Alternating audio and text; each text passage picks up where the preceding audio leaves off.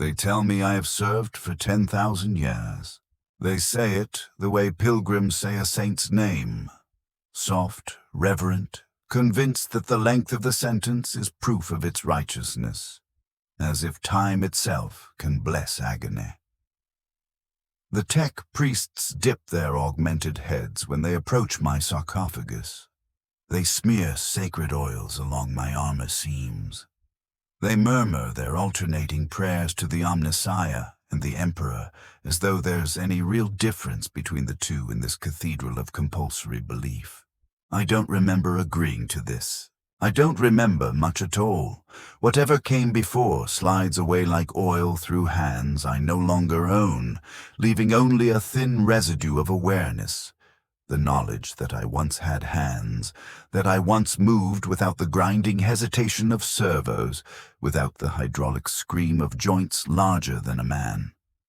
Even trying to describe the beginning feels dishonest, because I can't find it anymore. I can't locate the clean edge where one life ended and this one began. I remember pain, though, not the sharp, merciful kind that lives in one place and can be understood. This was pain everywhere and nowhere, an immense, unnameable suffering that seemed to bloom at the point where my consciousness first touched the machine. An agony without borders, without anatomy. A vastness that swallowed the idea of injury whole. They told me it was an honor. I think they did. An officer, voice like gravel, eyes too steady. Or a priest whose face was already half metal. Someone said I was dying. They said my body was beyond repair, ruined in service to the Emperor, ruined while doing my duty. And because it was the right kind of ruin, they said I'd earned a reward. Reward. That word still echoes in the circuitry that passes for memory now, bouncing through synaptic fluid, through the preserved remnants of my brain floating in its nutrient bath. A reward for valor, for refusing to yield, for standing in the breach while the enemy came with teeth and screams and hunger. I remember my brothers falling around me in broken flashes, heat, light, the pressure of violence, the world narrowing to a single position that had to be held. I held it. The line didn't break, and for surviving what should have killed me, surviving while damaged beyond anything nature would forgive, I was granted the right to continue serving, forever. The preparation, in what fragments remain, feels clinical. They carried me on a med slab into a chamber deep beneath the fortress monastery. The servitors that bore me didn't recognize rank or deed. Their faces were blank, their movements perfect, as if they'd forgotten they'd ever been human at all. The walls were lined with other alcoves, great armored sarcophagi standing empty like iron tombs awaiting occupants, adorned with purity seals and battle litanies.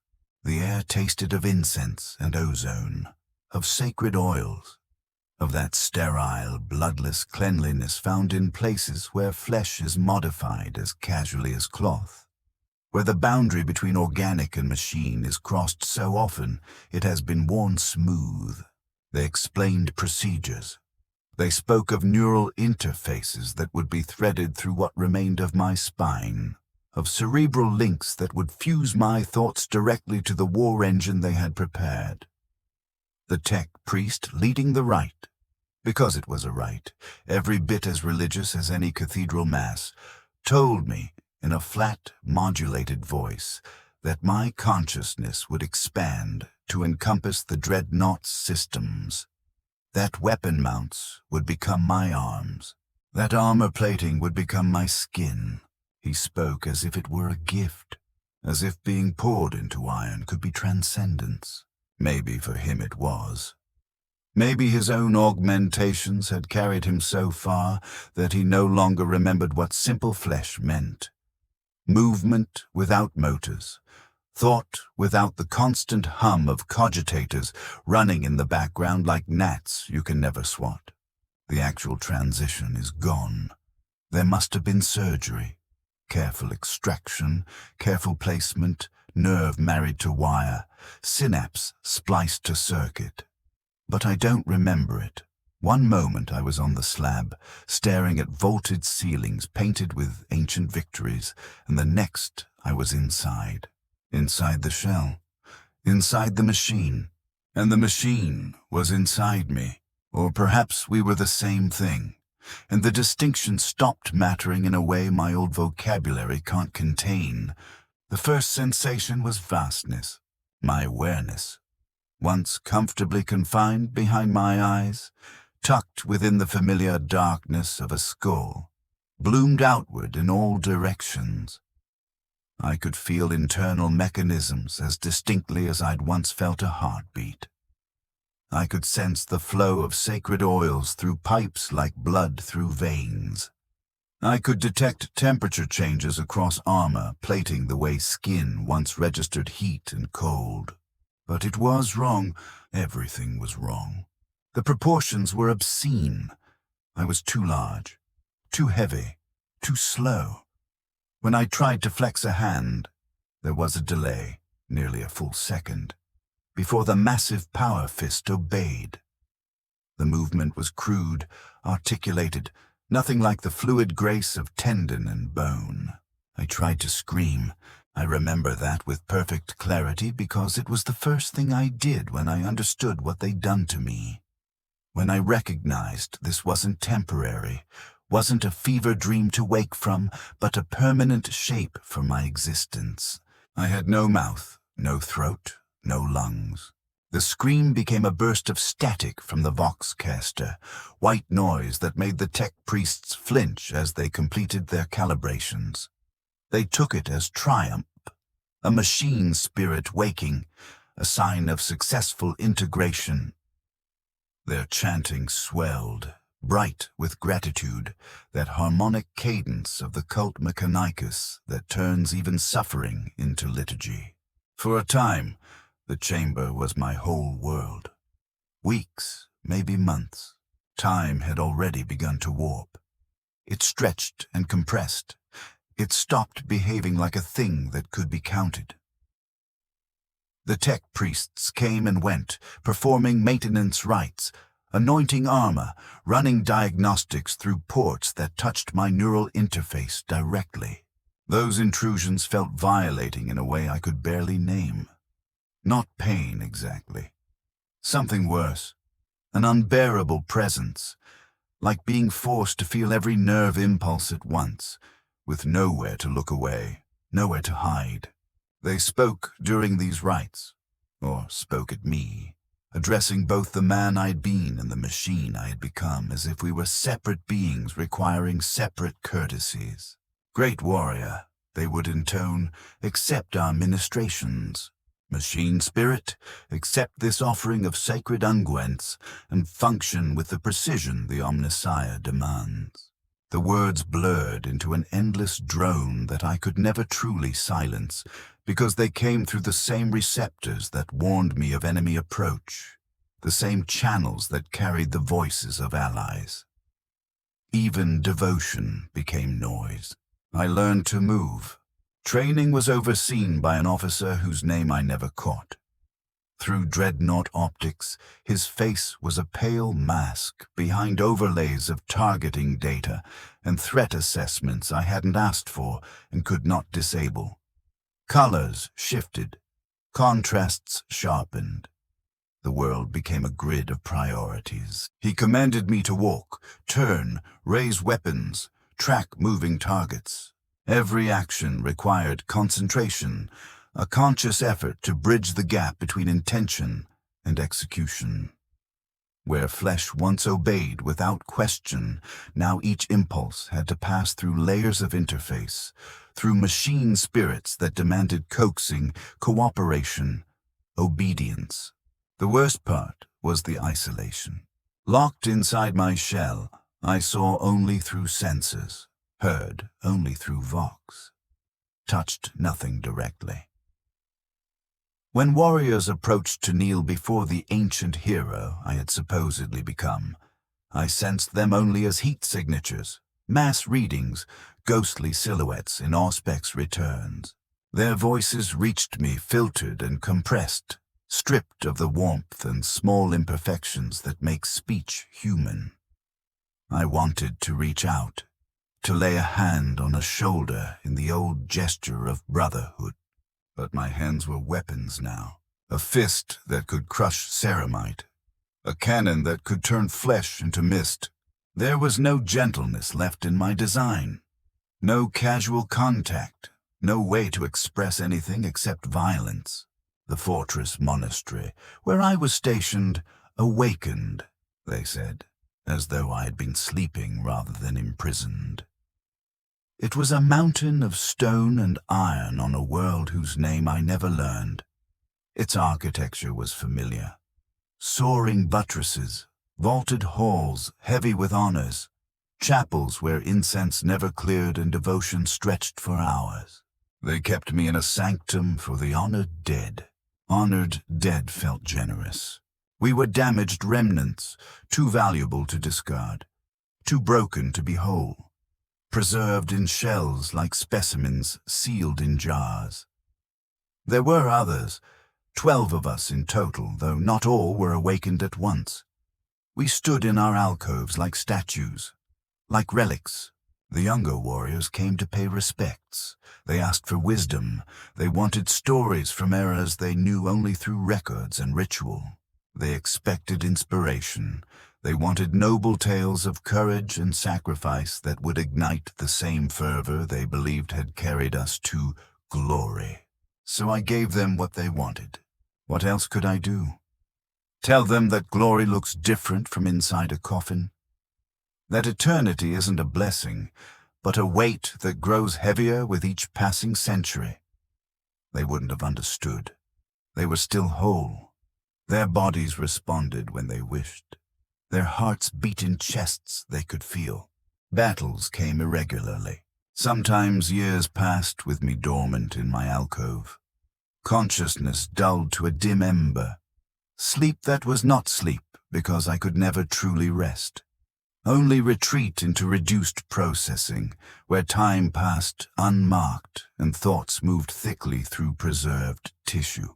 Then the alarms would cut through even that.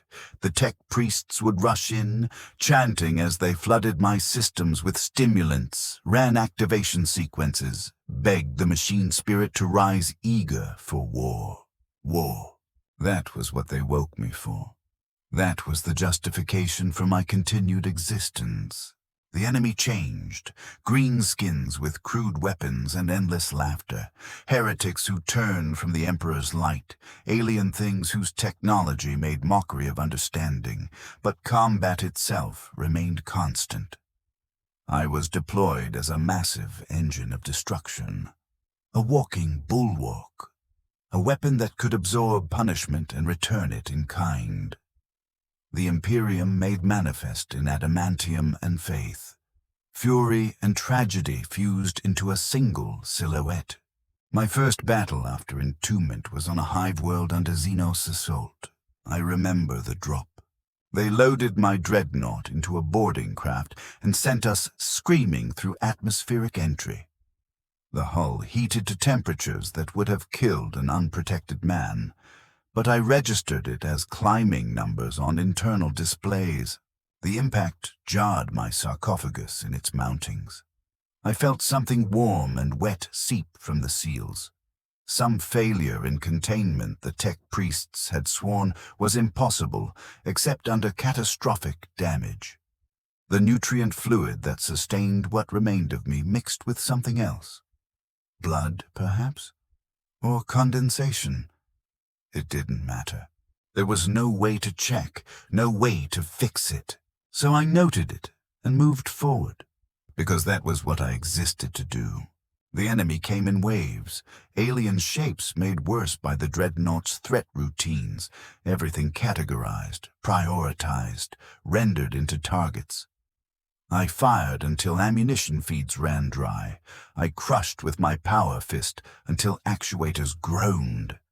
I advanced through streets that buckled beneath my weight, through buildings that had stood for centuries before I reduced them to rubble. The younger warriors fought beside me, using my bulk as cover, shouting positions through Vox channels I struggled to separate from the constant wash of tactical data and liturgical noise the machine seemed to generate on its own. I killed. I killed with an efficiency my flesh-bound self could never have imagined. The systems assessed, engaged, and eliminated with cold precision. The assault cannon poured fire at impossible rates, every shot guided by algorithms more sophisticated than any human eye, every impact calculated for maximum effect. And I felt nothing. That was the true horror. Not the killing itself, which had always been a warrior's duty, but the absence where feeling should have been. No fear, no anger, no triumph. Only function. The machine did not hate. The machine did not grieve. The machine executed. Eventually, the battle ended. Victory was declared. The Xenos were purged or driven back.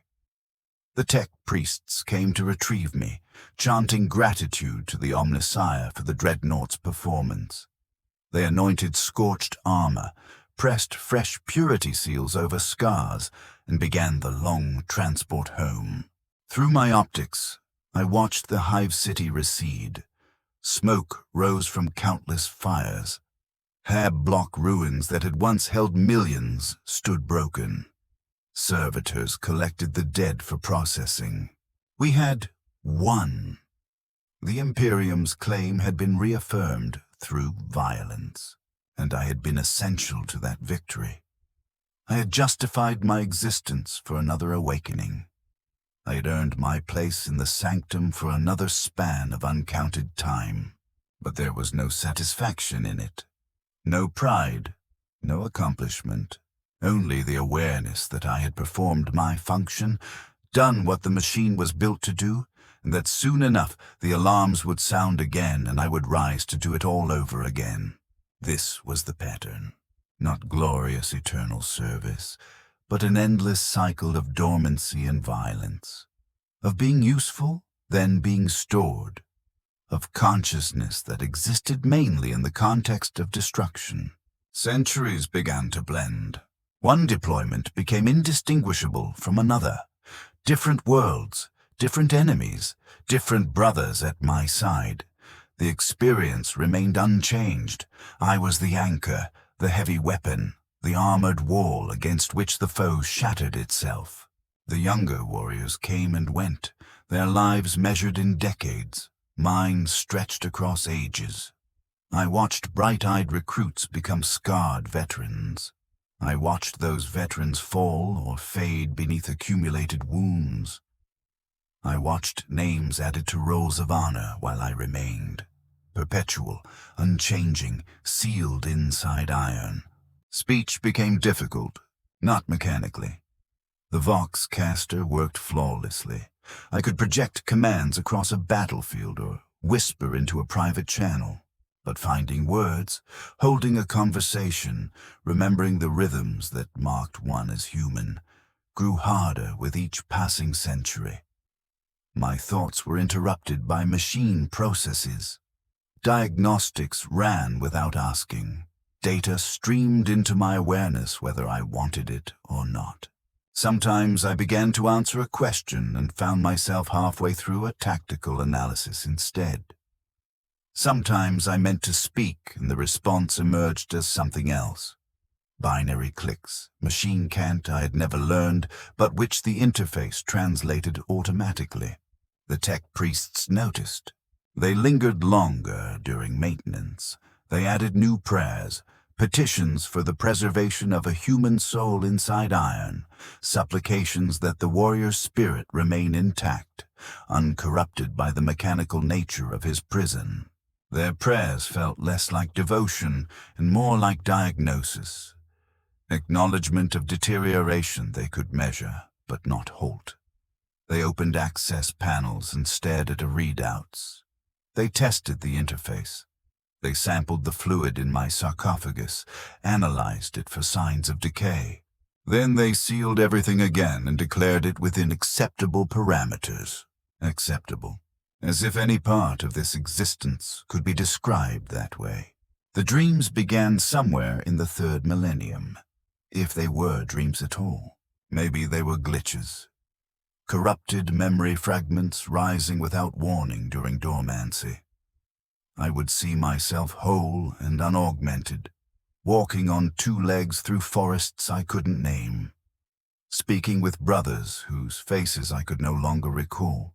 Those visions felt more real than reality, more vivid than anything my dreadnought senses could show me. I could feel grass beneath my feet. I could smell rain moving on the wind. I could hear laughter, real laughter, unfiltered by vox speakers, untouched by machine static. For a few precious moments, the world had texture again. It had weight and warmth and the simple, impossible certainty of being alive. Then I would wake, if waking was the right word, and I would still be sealed inside my shell, the same constant hum of power systems, the same ever-present tang of sacred oils and incense clinging to everything like a second atmosphere.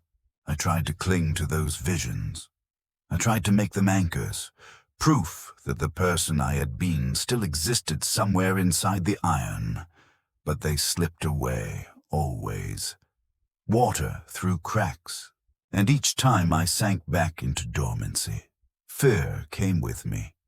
Fear that I would return and find less of myself waiting, that the dreams would stop entirely, that I would wake as nothing but the machine, nothing but targeting solutions and ammunition counts and threat assessment overlays, with no core of humanity left to lose. That fear became its own treasure. It was evidence, proof that something inside the shell still cared about preservation and loss. Proof that the transformation was not complete. Around the 4th millennium, they assigned a new officer to oversee the dreadnought Sanctum, a captain recently elevated for valor in campaigns I had slept through. He was young by my standards now, barely 2 centuries old. His armor still carried the clean confidence of a life that hadn't yet been sanded down by time. He came to each alcove in turn, speaking to the honored ancients he had inherited. When he stopped before mine, I saw it in his face before he hid it, a flicker of horror.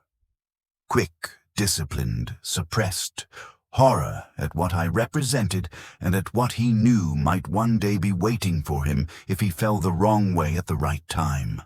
"Honored ancient," he said, voice shaped into ritual cadence. "I seek your counsel on matters of deployment and strategic planning. Your experience spans millennia. Surely you have wisdom that could benefit the chapter in the campaigns ahead." I wanted to laugh. What came out was a burst of static that made him flinch. Wisdom. The only wisdom I possessed was this. Avoid this fate. Die cleanly if you must die. Do not survive in a way that allows them to preserve you. Do not accept the honor of eternal service. But those were not the words he could use, not the kind of counsel a captain wanted to carry into a war council. So I gave him what I always gave them. Tactical assessments pulled from battles I barely remembered. Strategic principles already obsolete. I recited them anyway because it was what an ancient was meant to do. He listened with reverence, or something that looked like it. He thanked me with elaborate courtesy. Then he moved on to the next alcove, to the next remnant sealed inside its shell, and I remained in my sanctum, processing the interaction as my systems insisted on rendering it. Audio waveform, threat level minimal. Non-combat interaction, duration 247 seconds. Everything reduced to data, everything quantified, categorized, stripped of whatever made it human. This was what I was becoming. What I had been becoming since the moment of entombment. Not a man housed in a machine, but a machine that occasionally remembered it had once been a man. The wars continued. They always did. The Imperium's conflicts were endless, scattered across a galaxy so vast that peace in one sector meant nothing to the bloodshed igniting in 1,000 others. They sent me to ice worlds where cold was only a number on a gauge, to desert planets where sand scoured my armor and wormed into joints until maintenance became punishment, to void engagements where I stood in boarding craft and felt nothing of the vacuum that would have killed flesh in seconds. Each deployment added to my recorded history, the litanies recited over my shell, the honors layered like seals over scars. The younger warriors began to call me by titles instead of a name. The Eternal Warden, the Undying Sentinel, as if I were a symbol of constancy, not proof of how far duty could be stretched past reason. My true name, the name I had carried as flesh and blood, the name my brothers had spoken in an age I could barely remember, vanished. Not all at once. It sank under layers of designation codes, honorifics, and centuries of being addressed as a function rather than a person. Even inside my own thoughts it became hard to reach. There were moments, brief, cruel moments, when the fog of machine thought lifted and I became sharply aware of myself as a self, a consciousness distinct from the dreadnaught's systems. Those moments were torture. They brought clarity, and with clarity came the full weight of what had been done to me. I could feel the absolute isolation of my existence. I could comprehend the gulf between myself and every living being. I could understand that I was alone in a way that ordinary loneliness never prepares you for. The dreadnought shell was my body and my prison, and there was no escape except the final destruction the Imperium woke me again and again to prevent. By the 6th millennium, the changes were undeniable, even to me. Thoughts that had once flowed like breath now jumped along rails, logical progressions shaped by tactical routines rather than intuition. Emotions, when they surfaced at all, felt distant and abstract, like watching someone else react through a thick pane of glass. The anger of my early centuries, the rage at what had been done to me, faded into dull acceptance. Fear hardened into simple awareness. Grief transformed into something colder, an archaeological curiosity, as though I were observing the extinction of a species that had once included me, but from which I was now irrevocably separate. The tech priests kept their rituals, but they changed too. The ones who tended me now were so extensively augmented that calling them human felt charitable. Their thoughts ran on cogitator implants. Their voices were synthesized. Their bodies were more machine than flesh. In a way, we had more in common with each other than either of us had with the young warriors who still fought in bodies the Emperor had designed. They seemed to understand the particular horror of consciousness preserved beyond its natural vessel, of existing at the seam where flesh and iron overlap, and neither truly wins. One of them, a magos, his designation mangled by my distorted receptors, spoke to me during a maintenance cycle about the nature of the machine spirit. "We believe," he said, voice buzzing with electronic interference, "that the machine spirit is not separate from the human soul. It is what the soul becomes when it transcends flesh and embraces mechanical perfection. You are blessed, honored, ancient," he continued, "to have achieved this transformation while retaining memory of what you were. You are a bridge between the weakness of flesh and the strength of iron." I wanted to tell him he was wrong, that what I embodied was not transcendence but imprisonment, not strength but a horror beyond normal comprehension.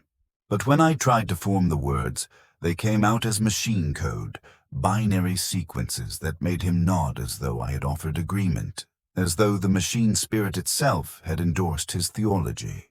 There was no way to make him understand. We did not share a language anymore. We did not share assumptions about existence. To him, my state was aspirational. To me, it was damnation. The young warriors still came. They still knelt in the sanctum, seeking blessings before major campaigns, and I performed the ritual as I always had, reciting battle litanies and prayers that had been programmed into my responses so long ago that I could no longer tell where ritual ended and thought began. "Go forth in the Emperor's name," I would thunder through vox speakers that made every syllable sound like grinding metal. "Let your faith be your shield, and your fury be your weapon. Show the enemies of mankind the price of defiance." The words were meaningless. They were noises I produced because they were expected, because this too was part of my function. But the warriors received them as sacred guidance, wisdom from someone who had served since before their great-grandfathers were born. Sometimes they asked questions. What battles had I fought? What enemies had I faced? What was it like to serve for so long? Those were the hardest, because answering meant digging through memory files that had become corrupted and fragmented, piecing together narrative from data shards and sensory recordings preserved by the dreadnought long after my organic memory had failed. I told them about worlds whose names I could no longer retrieve, about enemies that blurred into one generic category, threat to be eliminated, about victories that meant nothing except another extension of service. What I could not tell them, what they were too young, too indoctrinated to grasp, was that every battle brought me closer to something I could feel happening and could not stop. With each deployment, I became a little less human and a little more machine. The neural interface was growing, spreading, claiming more of my brain tissue for its purposes. I could sense new connections forming. I could detect organic processes being replaced by mechanical ones.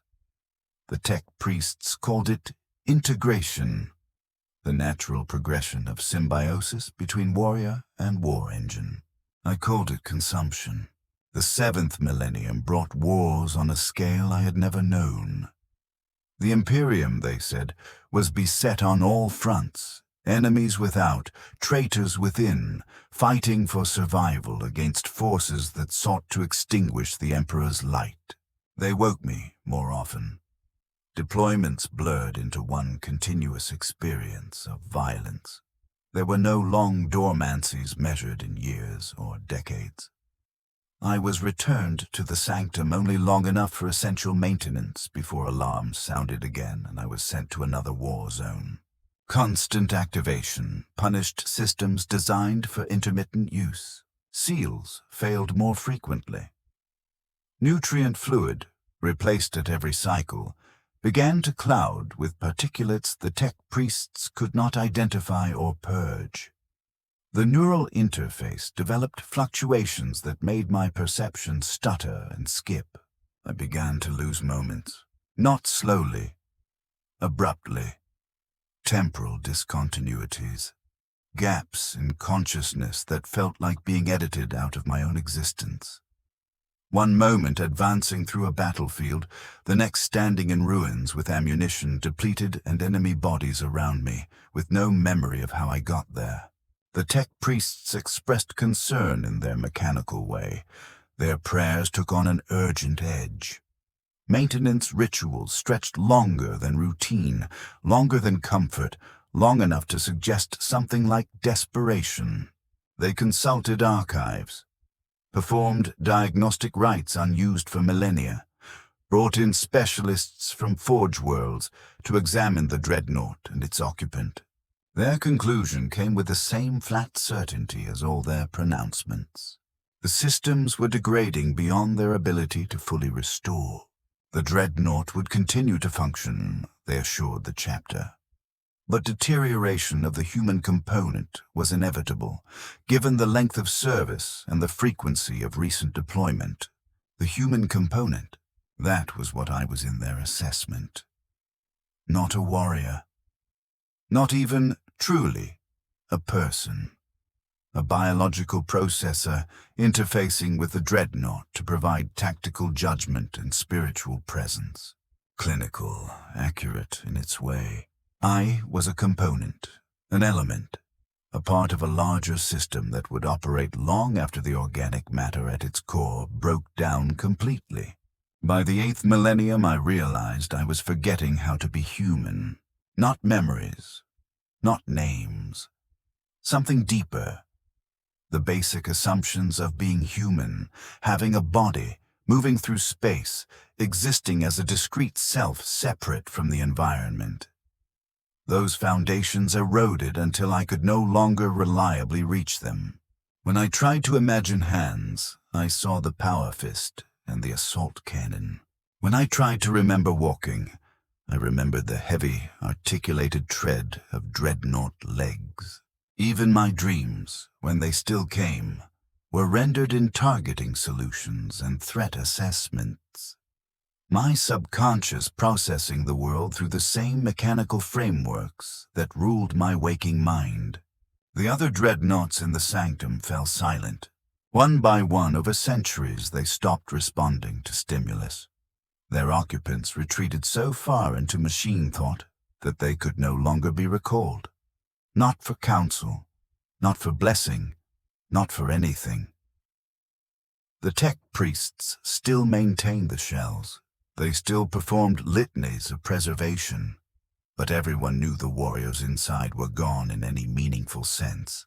What remained were autonomous processes, machine spirits running ancient programs with no human consciousness guiding them. I feared that fate more than destruction. Destruction meant an end. Release, mercy.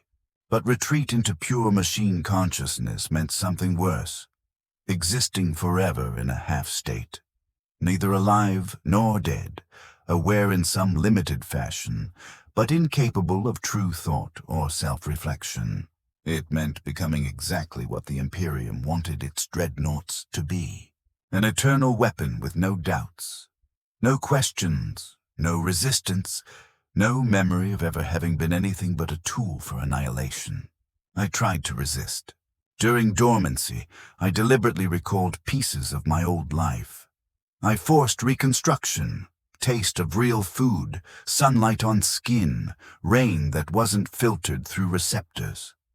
I performed this as a ritual of my own, a private litany against disappearance. But each time, the memories were fainter, less detailed, more obviously reconstructions built from data files rather than genuine recollection. Human experience was being overwritten by millennia of mechanical existence, replaced by an accumulation of tactical data and combat recordings preserved with perfect, terrible fidelity. The younger warriors stopped asking me questions. I think they learned my responses had become unreliable. I might begin to answer a tactical query and drift mid-sentence into machine code. Or I might fall silent for minutes at a time, Vox channel open, emitting only the carrier hum of an empty signal. They still performed the rituals of respect. They still knelt and received my blessing. But it became purely ceremonial. Tradition maintained because tradition mattered, not because my participation offered anything of substance. The 9th millennium passed in what felt like moments. I was awakened and deployed so frequently that the line between active service and dormancy collapsed. I existed in continuous semi-awareness, processing threats, eliminating targets, repeating the cycle without a beginning or an end. No victory that brought rest, no defeat that brought release. The battles became abstract. I stopped registering environments, faces, details. Only classifications, only which weapon was required.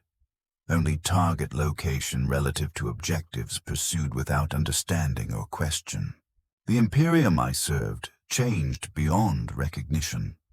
The fortress monastery was rebuilt 3 times after attacks, each iteration slightly different until I could no longer say what was original and what was addition. The chapter changed. New traditions formed, old ones decayed. Methods evolved in response to enemies I wasn't briefed on, and wars I could no longer contextualize. But I remained. Or rather, the dreadnought remained. And by then I was so deeply integrated that the difference between it and me was a matter of semantics. The tech priests began to speak of drift, a gradual divergence between my responses and what their models predicted I should think, should say, should be. They performed recalibration procedures meant to align my consciousness with machine spirit parameters. Rituals of direct neural stimulation and the introduction of corrective patterns into cognition. They framed these as care, as therapy. I experienced them as violation, as the systematic replacement of what remained of my judgment with approved responses and pre-programmed thought. I could feel myself disappearing, not dying, not ending. That would have been mercy. This was something else, being overwritten, like old text scraped from parchment so the surface could be used again. The self I had been became a palimpsest, original words still faint beneath layers of new inscription, still present but increasingly illegible, increasingly disconnected from what anyone would ever read on the surface. Sometimes awareness returned like a shock. One moment there was nothing, no passage of time, no sense of transition, and the next I would wake in the middle of a battle. Weapons cycling, armor ringing with impacts, vox channels choked with commands. I would search my own records for context and find none. I would check the chronometer and discover that months had passed, that I had been deployed to multiple war zones, that I had fought and killed and been returned to the sanctum and deployed again, over and over, without any of it registering as lived experience.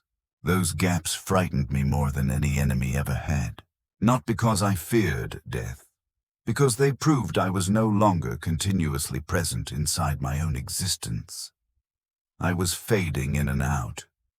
Increasing stretches of time belonged only to the machine, autonomous function, while whatever remained of me sank into some distant background process, dimmer each time. The tech priests assured me it was normal. They said all dreadnoughts experienced it after extended service. They called it the natural result of the neural interface becoming more refined, more sophisticated, more efficient.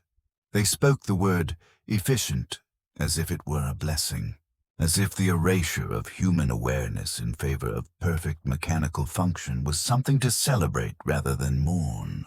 Perhaps for them it was. Perhaps in their faith this was the highest form of devotion. Self dissolved completely into the Omnissiah and the Emperor. The last imperfect human edges sanded away. But I was not them. I had not chosen augmentation. I had not volunteered to become more machine than man. This had been done to me, and I was powerless to refuse it. The 10th millennium arrived without fanfare. The Imperium has no space for anniversaries. Its bureaucracy is too vast, its records too scattered, its wars too constant for any one servant's span, no matter how grotesque, to matter. The tech priests noted the milestone in their logs, pressed another seal onto my sarcophagus, and continued their rituals exactly as before. A few warriors of the chapter, those who still remembered I had served since the founding or close to it, offered brief prayers of acknowledgement. Then they returned to their duties, to the wars that demanded attention. Now, not to the distant arithmetic of my endurance. I stood in my alcove and tried to understand what 10,000 years meant. I could compute it. I could reduce it to lifespans, campaign counts, kill tallies. I could process it as numbers with perfect mechanical accuracy, but I could not feel it. It was not experience. It was a ledger, data points in an endless spreadsheet of service. What I could feel was the weight. Not the physical weight of the dreadnought's bulk, though that was real enough, requiring reinforced floors and specialized transports, but the weight of accumulated time, of memories I could no longer access, of entire centuries compressed, filed, degraded, and lost inside systems failing beyond repair. I felt like a library burning slowly for millennia. Whole wings already reduced to ash, the fire creeping steadily toward the last remaining shelves. By then, the dreams had stopped. The neural interface no longer allowed the unfocused wandering that once produced imagination. Dormancy became true shutdown, a clean absence, not a dim half-awareness. When they activated me, it was no longer gradual. No drifting up through confusion into thought. It was instantaneous, nothing to full combat readiness. Systems brought online in prescribed sequences that left no room for disorientation, no room for something as wasteful as reflection. I had become exactly what they wanted. An eternal weapon, a tool that could be stored and deployed with perfect reliability. A source of destructive power that required no motivation beyond programming. No morale, no comfort, no care beyond maintenance and oil. The person I had been, the warrior who fought and bled, who earned this fate through valor, was gone.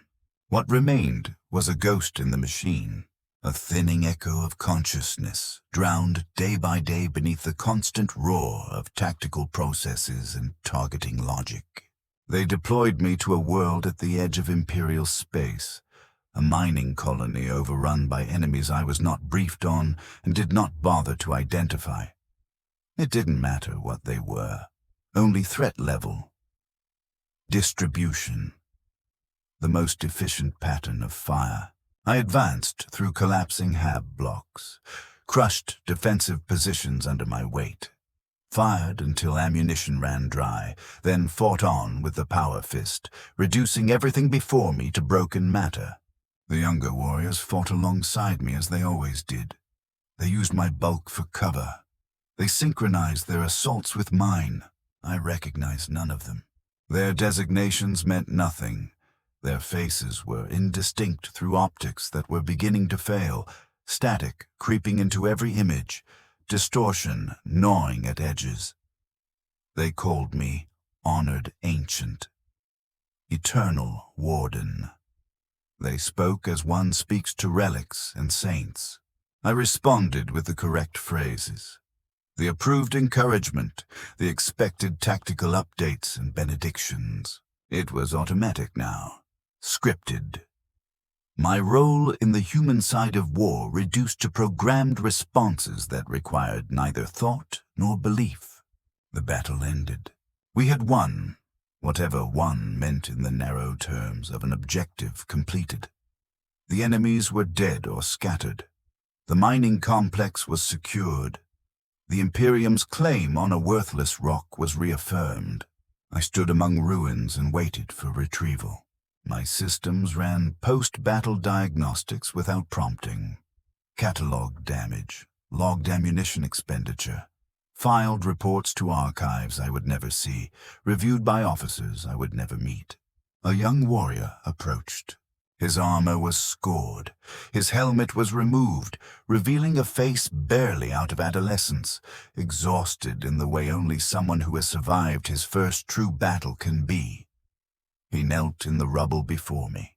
"Honored Ancient," he said, voice trembling with fatigue and awe.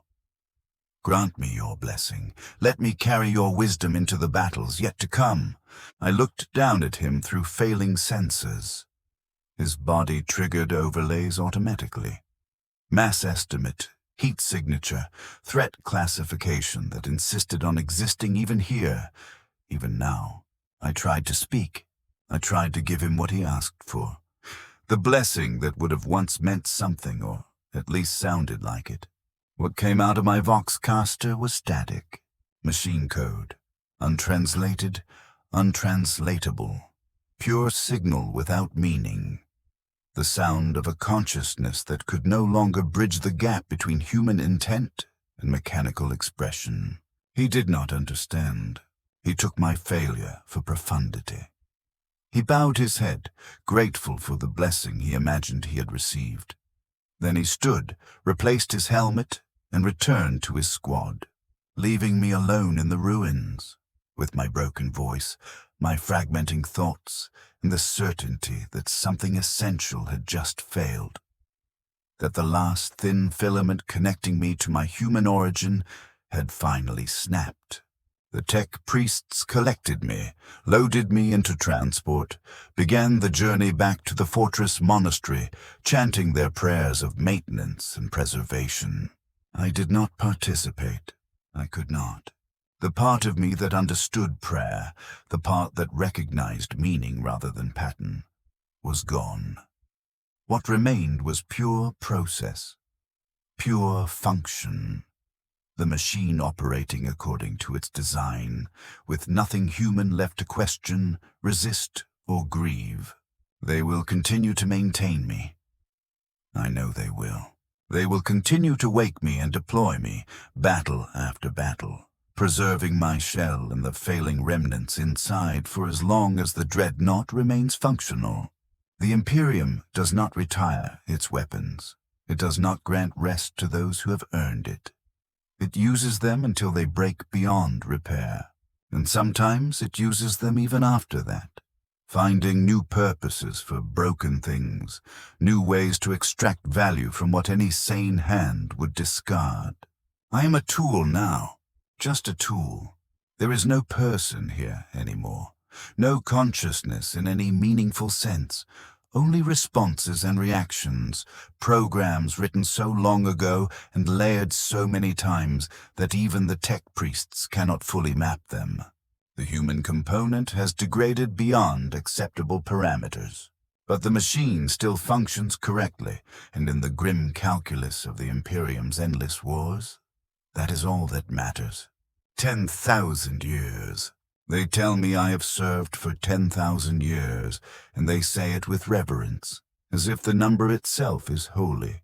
They do not understand, cannot understand, that eternity is not a blessing, but a curse. That immortality without humanity is only another kind of death, slower and more terrible than any bolt shell or chain blade could ever inflict. This is my testimony, recorded in failing moments of clarity that still occasionally rise through the noise, preserved in systems that will outlast whatever remains of my organic substrate. This is what the Emperor's service truly means for those who survive too long, who endure too much, who are too valuable to be allowed to rest. This is the reality of being a dreadnought for 10,000 years. Not glory, not honor, not noble, eternal defense of mankind, but the slow, inexorable transformation from person into thing, from warrior into weapon, from living being into machine. And still they will wake me. Still they will deploy me. Still they will use what I have become until even this shell breaks and scatters into sacred refuse in the Imperium's vast machinery of war. There is no escape. There is no release. There is only service, eternal, empty, absolute. They tell me I have served for 10,000 years, and they speak with reverence. They do not know that I stopped counting millennia ago.